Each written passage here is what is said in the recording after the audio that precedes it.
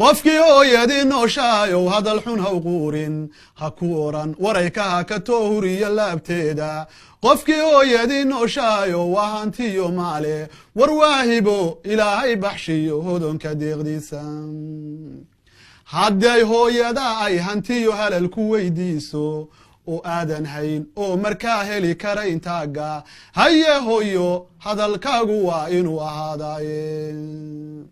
harka galay habeenkooda miiri hirta waa beriga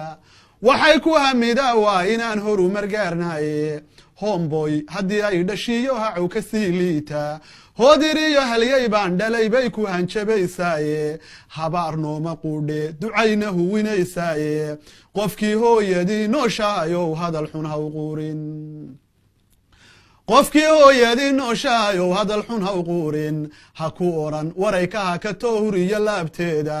qofkii hooyadii nooshahayow waa hantiyo maale war waahibo ilaahay baxshiyo hodonka deeqdiisa